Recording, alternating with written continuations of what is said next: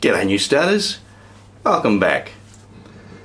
Many years ago, not long after we were married, my wife and I had the opportunity to go up to the Great Barrier Reef for a holiday. We spent a couple of weeks up in Cairns, and during that time we went out to Green Island and did the viewing of the reef out there. There's a underwater observatory there and wonderful swimming locations, and the opportunity is there to rent some snorkeling equipment, which I did. And while Emmy sunbaked on the beach, I swam out amongst the coral and across the incredibly white sand amongst the amazingly coloured fish, and it was just an incredible pristine sight and a wonder to be a part of. And as I was swimming, I looked over and I saw out of the corner of my eye what looked like a discarded section of old tyre, a piece of rubber buried in the sand. And immediately I was upset by that situation.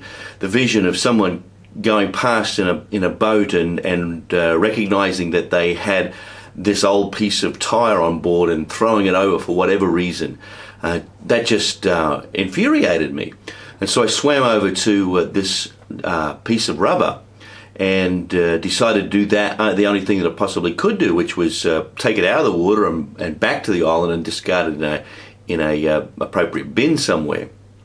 And so I reached down with the flipper on my foot and went to kick it up so that it flowed up into my hands, and as soon as I did, something happened that scared the living daylights out of me. It wasn't a piece of tyre, it was the end of the tail of a large manta ray.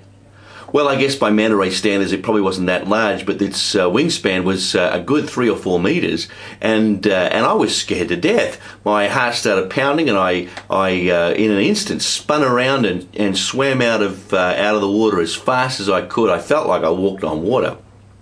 I'm pretty confident I didn't. It was when I got back to the beach and started to calm down a little, I realised manta rays are relatively harmless and I wasn't in any danger, but it was just that instant reaction to an immediate threat that came my way. Now, that was a pretty intense feeling, and it happened because I was encountering that manta ray in an unexpected way. I was in that moment.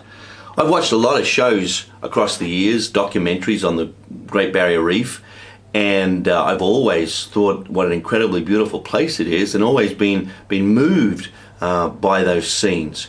But I have never in all my life seen anything on any of those documentaries that caused me to have the emotion that I had in that split second. It was amazing. And the fact is, in life, the very best of life is encountered by the actual living of it. Not hearing about it, not seeing it, not observing it, but actually living it.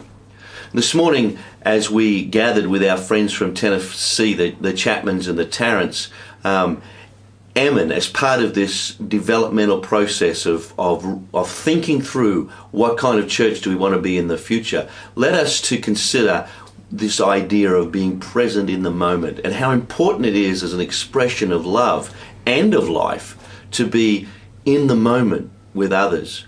So often when we hear of people's pain or hear of their struggles, we want to fix it, we want to resolve it, and particularly those of us of faith think that if we just pray the right prayer, God will somehow fix it.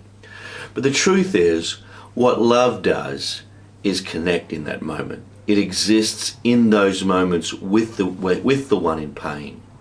And that is the church that we are wanting to be. We've always wanted to be that in one form or another, but we are intensely committing ourselves to actively live out life in the moment with others, with each other and with others that we come in connection with as a result of encountering them through the process of living our lives. We want to be a people of love, a people that live in the moment. See you next week.